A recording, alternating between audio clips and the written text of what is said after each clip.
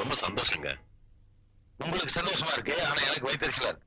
அதுக்கு என்ன பண்றதுங்க? திருமணங்கிறது சொர்க்கத்துல நிச்சயிக்கப்படுறது. இல்ல கல்யாணங்கிறது சொர்க்கத்துல நிச்சயிக்கப்படுறதுன்னு சொன்னேன். சொர்க்கத்துல இருக்கவங்க கல்யாணம் போகிறா அவனுக்கு ஒரு வேலை கிடையாதா? யாருக்கு இது? என் மூத்த மருமகங்க. என்ன பண்ணிட்டு இருக்காரு? மேஷன் பாக் சாப்பிட்டு இருக்கேன். என்ன நீ பேசி மறக்கிறா நீ? என்ன வீட்டோட மாப்பிளையா? அது எப்படி கரெக்ட் கண்டுபிடிச்சீங்க? பெரிய கம்ப சூத்திரமா செழிப்பா இருக்கு. சரி, நீங்க என்ன சாப்பிடுறீங்க? Coffee, tea? என்னது காபி டீயா? ஸ்வீட் காரமெல்லாம் கிடையாதா? ஏங்க பஜ்ஜியெல்லாம் என்ன கொண்டு பாக்குறது?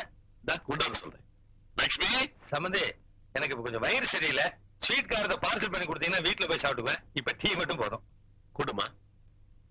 இது யாரு? என் மூணாவது. இது கையிலேயே நல்லா பெரிய சொம்பா கொடுத்து பால் வாங்க அனுப்புங்க. என் மக மாதிரி ஒரு எழுச்சி வாங்கி கிடைப்பா. வரதட்சணை வச்சு வாங்கும்ல. அப்பா அனாவசியமா எதுக்கு பேசிக்கிட்டு? பிடிக்கல என்ன போயிட சொல்லுங்க. எங்க போறது? அதே மாதிரி சொக்கு போட்டு வாங்கிட்டியே. சரிங்க, வரதட்சணை எவ்வளவு தருவீங்க? வரதட்சணையா? ஏன் நீ வாங்கலையா? அப்படின்னா என்னன்னு அவருக்கு தெரியவே தெரியாது சார். ஆனா நல்ல சைஸ் வரையும் பெண் குழந்தைகளை பெத்துக்க மட்டும் தெரியும். இத பாருங்க, இன்றைய நிலவரப்படி என் பையனுக்கு மார்க்கெட் ரேட்டு 3 லட்சம் ரூபாய். அப்ப மார்க்கெட்டுக்கு அனுப்புங்க சார். அங்க அனுப்பித்தான் இந்த பொண்ணு என் பையனை மடக்கிட்டா. அவ்வளவு பணம் தர்ற அளவுக்கு கேட்ட வசதி இல்லைங்க.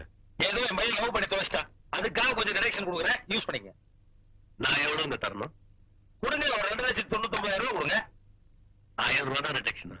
ஆமா, பேட்டா கம்பெனி ஸ்டைல் கொடுத்துருக்கேன். You don't like? என்னங்க இது? அட என்னங்க எது சொன்னாலும் என்னங்க ரப்பரமா எழுதி கேக்குறீங்க. முடிவு என்ன தருவீங்க? ஒண்ணுதான். சும்மா தம்பி, எங்களால 25,000 ரூபாய் தாங்க கொடுக்க முடியும். எவ்வளவு? 25,000.